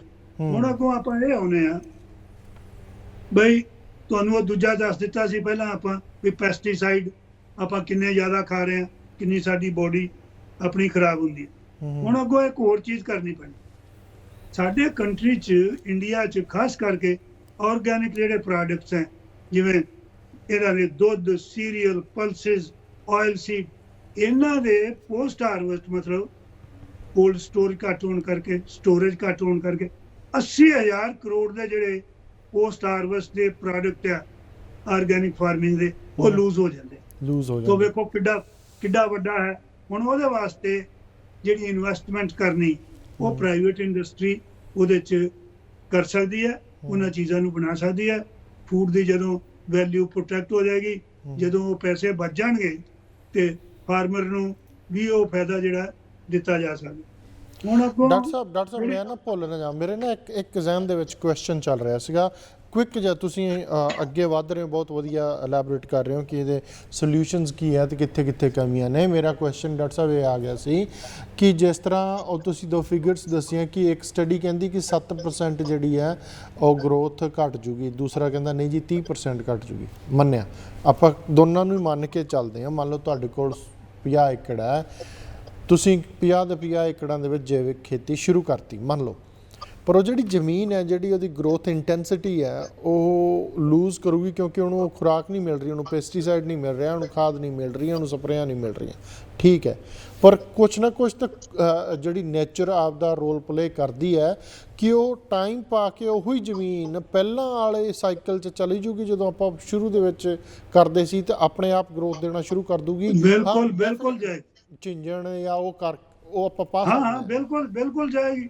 ਉਹਦੇ ਵਿੱਚ ਜਿਹੜੀ ਉਸ ਮਿੱਟੀ, ਮੇਰੇ ਕਹਿੰਦਾ ਉਸ ਮਿੱਟੀ ਦੇ ਵਿੱਚ ਉਹਦੇ ਵਿੱਚ ਜਿਹੜੀ ਪੈਸਟੀਸਾਈਡ ਜਾਂ ਖਾਦ ਰਲ ਕੇ ਇੰਨੇ ਸਾਲਾਂ ਤੋਂ ਉਹਦੇ ਵਿੱਚ ਉਹ ਕੋਈ ਨੁਕਸਾਨ ਵਾਲੀ ਗੱਲ ਤਾਂ ਨਹੀਂ ਕਿ ਉਹ ਚੀਜ਼ ਉਹਨੂੰ ਫੜ ਕੇ ਬੈਠੀ ਹੈ? ਨਹੀਂ, ਜਿਹੜੇ ਰੈਜ਼ੀਡਿਊ, ਜਿਹੜੇ ਜ਼ਿਆਦਾ ਪੈਸਟੀਸਾਈਡ ਦੇ ਰੈਜ਼ੀਡਿਊ ਰਹਿੰਦੇ ਆ, ਉਹ ਜ਼ਿਆਦਾ ਕ੍ਰਾਪ ਦੇ ਵਿੱਚ, ਜ਼ਿਆਦਾ ਐਨੀਮਲ ਪ੍ਰੋਡਕਟ ਦੇ ਵਿੱਚ, ਜ਼ਿਆਦਾ ਦੁੱਧ ਦੇ ਵਿੱਚ, ਜ਼ਿਆਦਾ ਮੀਟ ਦੇ ਵਿੱਚ ਜ਼ਿਆਦਾ, ਉਹ ਜ਼ਮੀਨ ਦੇ ਵਿੱਚ ਉਹ ਡਿਗਰੇਡ ਕਾਫੀ ਹੱਦ ਤੱਕ ਹੋ ਜਾਂਦੇ ਆ। ਔਰ ਖਾਸ ਕਰਕੇ ਜਦੋਂ ਅਸੀਂ ਜੈਵਿਕ ਖੇਤੀ ਕਰਨੀ ਹੈ, ਜਿਵੇਂ ਅਸੀਂ ਕ੍ਰਾਪ ਰੋਟੇਸ਼ਨ ਕਰਾਂਗੇ, ਜਿਹੜੀਆਂ ਉਹਦੇ ਵਿੱਚ ਲੈਗਿਊਮਸ ਹੈ, ਫਲੀਆਂ ਵਾਲੀਆਂ ਸਬਜ਼ੀਆਂ ਹੈ, ਹੋਰ ਕਈ ਹੈਗੇ ਆ ਜਿਹੜੇ ਆਪਣੇ ਜਿਹੜੇ ਉਹ ਫਸਲਾਂ ਜ਼ਮੀਨ ਦੇ ਥੱਲੇ ਗਰੋ ਹੁੰਦੀਆਂ, ਸੋ ਉਹਦੇ ਨਾਲ ਜਿਹੜੀ ਨਾਈਟ੍ਰੋਜਨ ਫਿਕਸੇਸ਼ਨ ਹੋ ਜਾਂਦੀ। ਪਰ ਫਿਰ ਇਹ ਵੀ ਆਪਾਂ ਦੇਖੋ ਨਾ, ਅਸੀਂ ਖਾਦ ਉਹਦੇ 'ਚ ਆਰਗੈਨਿਕ ਪਾਉਣੀ ਹੈ, ਉਹਦੇ 'ਚ ਰੂੜੀ ਪੈਣੀ ਹੈ, ਐਨੀਮਲ ਵੇਸਟ ਪੈਣਾ ਹੈ, ਉਹਦੇ 'ਚੋਂ ਕੰਪੋਸਟ ਪੈਣਾ, ਉਹ ਸਾਰਾ ਆਰਗੈਨਿਕ ਮੈਟਰ, ਉਹ ਸਾਰਾ ਹੀ ਆਰਗੈਨਿਕ ਮੈਟਰ। ਰਾਈਟ।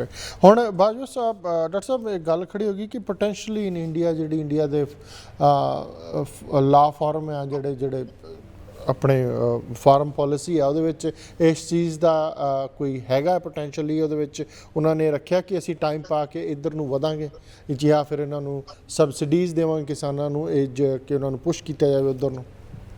ਦੇਖੋ, 28 ਤਰੀਕ ਨੂੰ ਇਸੇ ਮਹੀਨੇ ਦੀ, ਹਾਂਜੀ, ਮੈਂ ਆਰਟੀਕਲ ਇੱਕ ਪੜ੍ਹਦਾ ਸੀ, ਪ੍ਰੈਜ਼ੀਡੈਂਟ ਮੋਦੀ ਦੀ ਸਪੀਚ ਸੀਗੀ, ਪ੍ਰਧਾਨ ਮੰਤਰੀ PM ਸਾਹਿਬ ਜੀ। ਹਾਂਜੀ, ਉਹ ਆਪਣੇ ਛੱਤੀਸਗੜ੍ਹ ਇੱਕ ਕੋਈ ਬਾਇਓਟੈਕ ਇੰਸਟੀਚਿਊਟ ਹੈ, ਉੱਥੇ ਉਹ ਐਡਰੈਸ ਕਰਦੇ ਸੀ। ਉਹਦੇ ਵਿੱਚ ਉਹਨਾਂ ਨੇ ਕਾਫੀ ਵੱਡਾ ਰੈਫਰੈਂਸ ਦਿੱਤਾ ਆਰਗੈਨਿਕ ਖੇਤੀ ਦਾ। ਪਰ ਆਪਣੇ ਇੱਕ ਜਿਹੜੇ ਸਾਡੇ ਐਕਸਪਰਟਸ ਹੈ, ਦੂਜੇ ਵੀ ਹੈ, ਹਲੇ ਮੈਂ ਤਾਂ ਕੋਈ ਫੁੱਲ ਟਾਈਮ ਇਹਦਾ ਐਗਰੀਕਲਚਰ ਸਾਇੰਟਿਸਟ ਨਹੀਂ, ਮੈਂ ਤਾਂ ਰਿਟਾਇਰਡ ਆਦਮੀ ਹੈ, ਪੜ੍ਹਦਾ ਰਹਿਣਾ।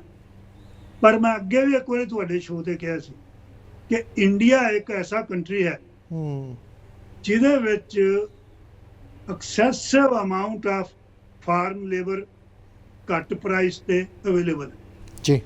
ਔਰ ਜਿਹੜੀ ਇਹ ਆਰਗੈਨਿਕ ਖੇਤੀ ਹੈ, ਖਾਸ ਕਰਕੇ ਜਿਹੜੀਆਂ ਬਰੀਕ ਖੇਤੀਆਂ, ਫਰੂਟ ਦੀ, ਵੈਜੀਟੇਬਲ ਦੀ, ਦੂਜੇ ਦੀ, ਇਹ ਬੜੀ ਇੱਕ ਲੇਬਰ ਇੰਟੈਂਸਿਵ ਫਸਲਾਂ ਹੁੰਦੀਆਂ ਇਹਦੇ ਨਾਲ। ਪਰ ਜੇ ਤੁਹਾਨੂੰ ਇੱਕ ਮੈਨ ਲੇਬਰ, ਹਿਊਮਨ ਕੈਪੀਟਲ ਮਿਲਦੀ ਹੈ ਸਸਤੇ ਰੇਟ ਤੇ, ਅਰੇ ਵੇਖੋ, ਇਹ ਜਿਹੜੀ ਖੇਤੀ ਹੈ, ਇਹ ਮੈਂ ਸਾਡਾ ਇੱਕ ਦੋਸਤ ਹੈ, ਉਹ ਵਿੰਡਸਰ ਕੈਨੇਡਾ 'ਚ ਉਹਨਾਂ ਦੀ ਕੰਪਨੀ ਦੇ ਫਾਰਮ ਹੈ, ਉਹਨਾਂ ਨੇ ਕੋਈ ਅੱਧੇ ਏਕੜ ਦੇ, ਇੱਕ ਏਕੜ ਦੇ ਉਹ ਗ੍ਰੀਨ ਹਾਊਸ ਜਿਹੜੇ ਆ ਉਹ ਬਣਾਏ ਕਵਰ ਕਰਕੇ, ਔਰ ਉਹਦੇ ਵਿੱਚ ਉਹ ਇਹ ਸਬਜ਼ੀਆਂ ਲਾਉਂਦੇ ਆ ਬਿਨਾਂ ਆਪਣੇ ਤੋਂ ਕਰਕੇ। ਬੜਾ ਉਹਨਾਂ ਦਾ ਬਹੁਤ ਪ੍ਰੋਡਿਊਸ ਹੈ, ਬਹੁਤ ਵੱਡੀ ਕੰਪਨੀ ਆ, ਕਾਸਟਕੋ ਦੇ ਵਿਕਦਾ, ਦੂਜੇ ਵਿਕਦੇ। ਸੋ ਆਪਾਂ ਹੁਣ ਇੰਡੀਆ ਦੇ ਵਾਪਸ ਹੋਣੇ ਆ, ਉਹ ਜਿਹੜੀ ਉੱਥੋਂ ਦੀ ਸਾਡੀ ਜ਼ਮੀਨ ਹੈ ਜੀ, ਜ਼ਮੀਨ ਬਹੁਤ ਹੈ, ਜਿਹੜਾ ਹੁਣ ਆਪਾਂ ਹਿੱਲੀ ਏਰੀਆ, ਹਿਮਾਚਲ ਪ੍ਰਦੇਸ਼, ਫੁੱਟ ਹਿੱਲ, ਔਰ ਸਾਡੇ ਬੜੇ ਮੈਡੀਸਨਲ ਪਲਾਂਟ, ਦੂਜੀਆਂ ਚੀਜ਼ਾਂ ਬਹੁਤ ਹੈ। ਫਿਰ ਸਾਡੇ ਫਰੂਟ, ਸਬਜ਼ੀਆਂ ਅਸੀਂ ਬਹੁਤ ਲਾ ਸਕਦੇ ਹਾਂ, ਦੁਨੀਆ 'ਚ ਉਹਦੀ ਮਾਰਕੀਟ ਬਣਾਈ ਜਾ ਸਕਦੀ ਹੈ। ਔਰ ਉਹਦੇ ਨਾਲ ਜਿਹੜੇ ਵੇਖੋ ਚੀਜ਼ਾਂ, ਆਪਾਂ ਇੱਕ ਹੋਰ ਗੱਲ ਤੇ ਆਉਂਦੇ, ਅਸੀਂ ਜੈਤਕ ਫੂਡ ਉਗਾਏ, ਫਰਜ਼ ਕਰੋ ਸਾਡੇ ਉਗਣ ਦਾ, ਇਹਦੇ ਮੈਂ ਹੁਣ ਤੁਹਾਨੂੰ ਨਾ ਇਹਦੇ ਫਾਇਦੇ ਦੱਸ। ਜੀ। ਨੰਬਰ 1, এনवायरमेंट ਬਚੀ। ਰਾਈਟ। ਇਹਦਾ ਮਤਲਬ ਇਹ ਹੈ ਜੇ এনवायरमेंट ਖਰਾਬ ਹੁੰਦੀ ਹੈ ਤੇ ਅਸੀਂ ਉਹਨੂੰ ਕਲਾਈਮੇਟ ਮਿਟੀਗੇਸ਼ਨ ਤੇ ਦੁਨੀਆ $3 ਟ੍ਰਿਲੀਅਨ ਸਾਲ ਦਾ ਖਰਚਦੀ ਹੈ, ਉਹ ਖਰਚ ਘਟ ਜਾਏਗਾ। ਬਿਲਕੁਲ। ਨੰਬਰ 2, ਚੰਗਾ ਫੂਡ ਬਣਿਆ, ਲੋਕਾਂ ਨੇ ਚੰਗਾ ਖਾਧਾ, ਉਹਨਾਂ ਦੀ ਕਿਡਨੀ ਨਹੀਂ ਫੇਲ ਹੋਈ, ਬਲੱਡ ਪ੍ਰੈਸ਼ਰ ਨਹੀਂ ਹੋਇਆ, ਕਾਰਡੀਅਕ ਅਟੈਕ ਨਹੀਂ ਹੋਇਆ, ਓਬੀਸਿਟੀ ਨਹੀਂ ਹੋਈ। ਹੈਲਥੀ ਬੰਦੇ ਤੇ ਇੰਸ਼ੋਰੈਂਸ ਕੰਪਨੀ ਦਾ ਖਰਚ ਘੱਟ ਹੋਏਗਾ ਜੀ। ਨੰਬਰ 3, ਹੁਣ ਇੰਡੀਆ ਅੱਜ ਕੱਲ ਹੈਲਥ ਕਾਰਡ ਬਣਾ ਰਿਹਾ। ਦੇਖੋ, ਇੰਸ਼ੋਰੈਂਸ ਦੇਣੀ ਬਹੁਤ ਅੱਛੀ ਚੀਜ਼ ਹੈ, ਪਰ ਜੇ ਇੱਥੇ ਜਦੋਂ ਆਪਾਂ ਪਹਿਲਾਂ ਰਹਿੰਦੇ ਸੀ, ਓਬਾਮਾ ਤੋਂ ਪਹਿਲਾਂ, ਡਾਇਬੀਟੀਜ਼, ਦੂਜੀਆਂ ਚੀਜ਼ਾਂ ਇਨਕਲੂਡ ਨਹੀਂ ਸੀ ਕਰਦੇ, ਕਹਿੰਦੇ ਵੀ ਤੂੰ ਬਿਮਾਰ ਹੈ, ਆਪਣਾ ਖਰਚਾ ਆਪ ਕਰ। ਹੁਣ ਜਿਵੇਂ ਇੰਡੀਆ 'ਚ ਇੰਨੇ ਲੋਕਾਂ ਦੀ ਹੈਲਥ ਜਿਹੜੀ ਖਰਾਬ ਹੈ, ਅਗਰ ਉਹਨਾਂ ਨੂੰ ਇੰਸ਼ੋਰੈਂਸ ਮਿਲ ਜਾਂਦੀ ਹੈ ਤੇ ਉਹ ਬਰਡਨ ਹੋਏਗਾ। ਰਾਈਟ। ਜੇ ਤੋਂ ਚੰਗਾ ਫੂਡ ਖਾਣਗੇ ਹੈਲਥ ਕਾਸਟ ਬਚਣਗੀਆਂ। ਅੱਗੇ ਹੁਣ ਹੋਰ ਚੀਜ਼ ਹੈ, ਹੁਣ ਆਪਾਂ ਅੱਜ ਦੇ ਦਿਨ 'ਚ ਇੰਡੀਆ 'ਚ ਆਇਲ ਜਿਹੜੇ ਹੈ, oil seeds, pulses, millions of dollar ਦੇ ਐਵਰੀ ਈਅਰ ਇੰਪੋਰਟ ਕਰਦੇ ਹਾਂ। ਰਾਈਟ। ਅਗਰ ਅਸੀਂ ਤੋਰੀਆ, ਤਾਰਾ ਮੀਰਾ, ਸਰੋਂ ਇਹ ਜਿਹੀਆਂ ਚੀਜ਼ਾਂ ਇੰਡੀਆ 'ਚ ਉਗਾਈਏ, ਸਾਡਾ ਜਿਹੜਾ ਇੰਪੋਰਟ ਬਿੱਲ ਹੈ ਉਹ ਘਟ ਜਾਏਗਾ। ਹੁਣ ਅਸੀਂ ਕੀ ਕਰ ਰਹੇ ਹਾਂ ਅੱਜ ਦੇ ਦਿਨ 'ਚ, ਅਸੀਂ ਬੜੀ ਵਰਲਡ ਲੈਵਲ ਤੇ ਜਾ ਕੇ ਬਹਿਨੇ ਆ, India is a big exporter of rice. ਚਲੋ ਠੀਕ ਹੈ, ਉਹ ਵੇਚ ਰਹੇ, ਪਰ ਐਕਸਪਰਟਸ ਇਹ ਕਹਿੰਦੇ ਆ ਕਿ ਅਸੀਂ ਜਦੋਂ ਰਾਈਸ ਉਗਾਉਂਦੇ ਆ ਇੰਡੀਆ 'ਚ ਇੰਨਾ ਜ਼ਿਆਦਾ, we are exporting lot of water. Right. ਤੁਸੀਂ ਦੱਸਿਆ ਸੀ ਵੀ 1 ਕਿਲੋ ਦੇ ਵਿੱਚ 2500 ਕਿਲੋ ਪਾਣੀ ਮਿਨੀਮਮ 4000 ਤੱਕ ਵੀ ਜਾਂਦਾ। ਹਾਂਜੀ। ਸਾਨੂੰ ਕਰਨਾ ਕੀ ਚਾਹੀਦਾ? ਹੁਣ ਆ ਜਿੰਨੀਆਂ ਚੀਜ਼ਾਂ ਮਹਿੰਗੀਆਂ, ਜੇ ਅਸੀਂ ਇੰਪੋਰਟ ਘਟਾ ਦਈਏ, ਪੈਸੇ ਬਚ ਗਏ, ਇੱਕ ਪਾਸੇ ਲਿਖ ਲਓ। ਅਸੀਂ ਆਇਲ ਸੀਡ ਹੋਰ ਕਰ ਲਏ, ਘਰ ਦੀ ਡੋਮੈਸਟਿਕ ਸਪਲਾਈ ਕਰ ਲਈ, ਪੈਸੇ ਬਚੇ, ਉਹ ਗਿਣ ਲਓ। ਨਾਲੇ ਇਹਨਾਂ ਪ੍ਰਾਈਸਾਂ ਯਾਦ ਹੈ, ਅੱਗੋਂ ਕੀ ਹੋਇਆ, ਹੈਲਥ ਤੋਂ ਬਚਾ ਲਏ, ਉਹਨੂੰ ਗਿਣੋ, ਫਿਰ এনवायरमेंट ਤੋਂ ਬਚਾ ਲਏ, ਉਹਨੂੰ ਗਿਣੋ। ਇਹ ਜਿਹੜਾ ਪੈਸਾ ਇੰਨਾ ਬਣੇਗਾ, ਇਹਨੂੰ ਇੱਕ ਰਿਜ਼ਰਵ ਅਮਾਉਂਟ ਬਣਾ ਲਓ। ਉਹ ਜਿਹੜਾ ਰਿਜ਼ਰਵ ਅਮਾਉਂਟ ਹੈ ਉਹ ਟ੍ਰਾਂਜੀਸ਼ਨ ਵਾਲੀ ਥਾਂ ਤੇ, ਜਦੋਂ ਹੁਣ ਮੈਨੂੰ ਝੋਨੇ ਤੋਂ ਕੱਢਣਾ ਹੈ, ਦੇਖੋ ਮੈਂ ਸਾਰੇ ਪੰਜਾਬ ਦੇ ਫਾਰਮਰ ਨੂੰ, ਲੋਕਾਂ ਨੂੰ ਅਪੀਲ ਕਰਦਾ, ਨਾਰਥ ਇੰਡੀਆ ਵਾਲਿਆਂ ਨੂੰ, ਸੂਨਰ ਦਾ ਬੈਟਰ ਸਾਨੂੰ ਆਪਣਾ ਕ੍ਰਾਪ ਪੈਟਰਨ ਜਿਹੜਾ ਉਹ ਬਦਲਣਾ ਚਾਹੀਦਾ। ਅੱਜ ਦੇ ਦਿਨ 'ਚ ਅਸੀਂ ਪੈਸਿਆਂ ਦੇ ਪਿੱਛੇ ਲੱਗੇ ਆ, ਅਸੀਂ ਆਪਣਾ ਵਾਤਾਵਰਨ ਖਰਾਬ ਕਰ ਰਹੇ। ਜੀ ਡਾਕਟਰ ਸਾਹਿਬ, ਆਪਣੇ ਕੋਲ ਟੋਟਲ 2 ਮਿੰਟ ਹੀ ਰਹਿ ਗਏ ਆ, ਤਾਂ ਮੈਨੂੰ ਇਹ ਦੱਸੋ ਵੀ ਇਸ ਚੀਜ਼ ਨੂੰ ਜਿਹੜਾ ਇੰਪਲੀਮੈਂਟੇਸ਼ਨ ਦੇ ਵਿੱਚ ਵਾਧਾ ਕੀ ਆ ਰਹੀ, ਜੇ ਸਰਕਾਰਾਂ ਕਿਉਂ ਨਹੀਂ ਪੁਸ਼ ਕਰ ਰਹੀਆਂ? ਇਹ ਪੁਸ਼ ਕਰਦੀਆਂ ਤਾਂ ਲੋਕਾਂ ਮੂਹਰੇ ਜੇ ਕੋਈ ਪ੍ਰੋਬਲਮਸ ਆਉਂਦੀਆਂ ਤਾਂ ਉਹਦਾ ਸੋਲੂਸ਼ਨ ਕੀ? ਸਿਰਫ 2 ਮਿੰਟ ਹੀ ਰਹਿ ਗਏ ਡਾਕਟਰ ਸਾਹਿਬ। ਦੇਖੋ, ਗਵਰਨਮੈਂਟ ਪਾਲਿਸੀ ਬਣਾਏਗੀ, ਪਰ ਗਵਰਨਮੈਂਟ ਦੀ ਪਾਲਿਸੀ ਕਿਸੇ ਨੂੰ ਬਣਾਉਣ ਵਾਸਤੇ ਉਹਦੇ ਵਾਸਤੇ ਟ੍ਰਾਂਜੀਸ਼ਨ ਫੰਡਸ ਦੀ ਵੀ ਲੋੜ ਹੁੰਦੀ ਹੈ। ਰਾਈਟ। ਹੁਣ ਜ਼ਿਮੀਦਾਰ ਵੀ ਆਪਣਾ ਸੋਚਦਾ ਵੀ ਜੇ ਮੈਂ ਇੱਕਦਮ ਜਦ ਤੱਕ ਸਾਰੀ ਚ ਤਾਂ ਨਹੀਂ ਜਾਏਗਾ, ਹੌਲੀ ਹੌਲੀ ਜਾਏਗਾ, ਪਾਰਟ ਜਾਏਗਾ, ਉਹਨੂੰ ਡਿਵਰਸੀਫਾਈ ਕਰੇਗਾ, ਉਹਦੇ ਚ ਕੋਈ ਆਪਣੇ ਲਾਈਫ ਸਟਾਕ ਰੱਖੇਗਾ। ਹੁਣ ਕਈ ਵਾਰੀ ਵੇਖਿਆ ਜਾਏ ਵੀ ਕਣਕ ਝੋਨੇ ਨਾਲ ਥੋੜਾ ਜਿਹਾ ਲੋਕਾਂ ਨੂੰ ਆਰਾਮ ਪਸੰਦੀ ਚ ਵੀ ਪੈ ਗਏ, ਉਹ ਬੰਦੀ ਦਾ ਬਟਨ ਦੱਬਿਆ, ਬਿਜਲੀ ਫ੍ਰੀ ਹੈ, ਫਰਟੀਲਾਈਜ਼ਰ ਤੇ ਸਸਤਾ। ਸੋ ਹੁਣ ਆਪਾਂ ਚੱਲਦੇ ਹਾਂ ਇੰਡੀਆ ਦੇ ਸਿਸਟਮ 'ਚ। ਅੱਜ ਦਿਨ 6 ਚੀਜ਼ਾਂ ਹੈ ਗੁਰਲਾਲ ਜੀ। 6 ਚੀਜ਼ਾਂ ਨੂੰ ਸਾਨੂੰ ਐਡਜਸਟ ਕਰਨ ਦੀ ਲੋੜ ਹੈ। ਹਾਂਜੀ। ਲੋਕੋ ਆਪਣੇ ਕੋਲ ਟਾਈਮ ਬਹੁਤ ਥੋੜਾ ਹੈ ਡਾਕਟਰ ਸਾਹਿਬ। ਹਾਂਜੀ। Price structure, procurement system, subsidy incentive policies, trade and commerce, productivity issue. ਉੱਥੋਂ ਮੇਰਾ ਇਹ ਮਤਲਬ ਹੈ ਵੀ ਕੁਝ ਫਸਲਾਂ ਨੂੰ ਘਟਾ ਦਿਓ, ਦੂਜੀਆਂ ਨੂੰ ਵਧਾ ਦਿਓ, ਤੇ ਐਗਜ਼ਿਟ ਪਾਲਿਸੀ, ਇਹ ਇੱਕ ਬੜੀ ਜ਼ਰੂਰੀ ਹੈ। ਐਗਜ਼ਿਟ ਪਾਲਿਸੀ ਤੋਂ ਮੇਰਾ ਭਾਵ ਹੈ ਜ਼ਿਮੀਦਾਰ ਗਰੀਬ ਅੱਜ ਉੱਥੋਂ ਛੱਡਣ ਨੂੰ ਤਿਆਰ ਹੈ, ਜ਼ਿਮੀਦਾਰ ਛੱਡਣ ਨੂੰ ਤਿਆਰ ਹੈ, ਉਹਦਾ 1 ਏਕੜ ਉਹਨੂੰ ਠੇਕਾ ਮਿਲ ਜਾਏਗਾ। ਪਰ ਦੂਜੀ ਇਹ ਚੀਜ਼ ਹੈ, ਉਹਨੂੰ ਨੌਕਰੀ ਦਿਓ, ਕਿਤੇ ਨੌਕਰੀ ਦਿਓ। ਬਸ ਗੱਲ ਇਹ ਆ ਨਾ, ਜੇ ਆਪਾਂ ਕ੍ਰਾਪ ਡਿਵਰਸੀਫਾਈ ਕਰਨਾ ਤਾਂ ਉਹ ਆਪਦੇ ਆਪ ਦਾ ਉਹਦਾ ਕਰੀਅਰ ਵੀ ਡਿਵਰਸੀਫਾਈ ਕੀਤਾ ਜਾਵੇ, ਤਾਂ ਕਿ ਹੁਣ ਉਹ ਜਿਹੜੇ ਜ਼ਿਮੀਦਾਰ ਹੈ ਗੁਰਲਾਲ ਜੀ, 1 ਮਿੰਟ, ਜਿਹੜੇ ਗੁਰਲਾਲ ਜੀ 83 ਕਰੋੜ ਜ਼ਿਮੀਦਾਰ ਹੈ, ਉਹ ਅਨਸਕਿਲਡ ਹੈ, ਉਹ ਪੜ੍ਹੇ ਨਹੀਂ ਹੈ। ਉਹਨਾਂ ਨੂੰ ਅਸੀਂ ਕੋਈ ਮਾੜੀ ਮੋਟਾ ਸਕਿੱਲ ਦਈਏ ਤੇ ਛੋਟਾ ਕਰੀਏ। ਇੱਕ ਪ੍ਰੋਗਰਾਮ ਤੇ ਮੈਂ ਇਹ ਕਿਹਾ ਸੀ ਬਈ ਪੀਡੀਐਸ ਦੀ ਜਿਹੜੀ ਕੀਮਤ ਹੈ, ਜਿਹੜੇ ਲੋਕ ਲੈਂਦੇ ਆ, ਉਹਨਾਂ ਨੂੰ ਬਹੁਤ ਥੋੜੀ ਨੌਕਰੀ ਦਿਓ, ਭਾਵੇਂ 500 ਰੁਪਏ ਦੀ, 1000 ਦੀ, ਪਰ ਉਹਨਾਂ ਨੂੰ ਕਹੋ ਵੀ ਸਾਡੇ ਕੋਲੋਂ ਫੂਡ ਬਾਈ ਕਰੋ। ਉਹ ਥੋੜੇ ਸਾਨੂੰ 2-4 ਰੁਪਏ ਉੱਤੇ ਹੋਰ ਦੇ ਦੇਣ ਤੇ ਪੀਡੀਐਸ ਦਾ ਬਿੱਲ ਘਟ ਜਾਏਗਾ। ਉਹ ਜਿਹੜੇ ਪੈਸੇ ਸਾਰੀਆਂ ਚੀਜ਼ਾਂ ਤੋਂ ਬਚਾ ਕੇ, ਇੰਪੋਰਟ ਤੋਂ, ਦੂਜੀਆਂ ਤੋਂ, ਹੈਲਥ ਤੋਂ, এনवायरमेंट ਤੋਂ, ਉਹ ਇੱਕ ਰਿਜ਼ਰਵ ਫੰਡ ਬਣਾਓ। ਉੱਥੋਂ ਧਨਵੀਰ ਬੈਂਸ ਹੈ ਪੰਜਾਬ 'ਚ, ਰਿਟਾਇਰਡ IAS, ਉਹਨਾਂ 28 ਤਰੀਕ ਨੂੰ ਇੱਕ ਆਰਟੀਕਲ ਪਾਇਆ ਸੀ। ਉਹਨਾਂ ਨੇ ਕਿਹਾ ਬਈ ਕੁਝ ਚੀਜ਼ਾਂ ਨੂੰ ਤੁਸੀਂ ਰੀਐਡਜਸਟ ਕਰੋ ਤੇ ਤੁਹਾਨੂੰ ਪੈਸੇ ਬਚਦੇ ਆ, ਉਹ ਟ੍ਰਾਂਜੀਸ਼ਨ ਫੰਡ ਬਣਾਓ, ਗਵਰਨਮੈਂਟ ਉਹ ਲੋਕਾਂ 'ਚ ਡਿਸਟ੍ਰੀਬਿਊਟ ਕਰੇ, ਇਹ ਚੀਜ਼ਾਂ ਚੇਂਜ ਹੋ ਸਕਦੀਆਂ। ਬਿਲਕੁਲ ਡਾਕਟਰ ਸਾਹਿਬ, ਅੱਜ ਵਕਤ ਇਜਾਜ਼ਤ ਨਹੀਂ ਦੇ ਰਿਹਾ, ਤੁਸੀਂ ਬਹੁਤ ਸੋਹਣਾ ਐਲੈਬੋਰੇਟ ਕੀਤਾ। ਮੈਨੂੰ ਲੱਗਦਾ ਕਿ ਆਪਾਂ ਨੂੰ ਇੱਕ ਸੈਸ਼ਨ ਹੋਰ ਲਾਉਣਾ ਪੈਣਾ ਹੈ ਇਸੇ ਇਸ਼ੂ ਦੇ ਉੱਤੇ। ਅੱਜ ਤੁਸੀਂ ਟਾਈਮ ਕੱਢਿਆ ਡਾਕਟਰ ਸਾਹਿਬ, ਤੁਹਾਡਾ ਬਹੁਤ ਬਹੁਤ ਧੰਨਵਾਦ ਜੀ। ਹਾਂਜੀ, ਸਤਿ ਸ਼੍ਰੀ ਅਕਾਲ ਜੀ ਗੁਰਲਾਲ ਜੀ, ਤੁਹਾਨੂੰ ਵੀ ਤੁਹਾਡੇ ਦਰਸ਼ਕਾਂ ਨੂੰ।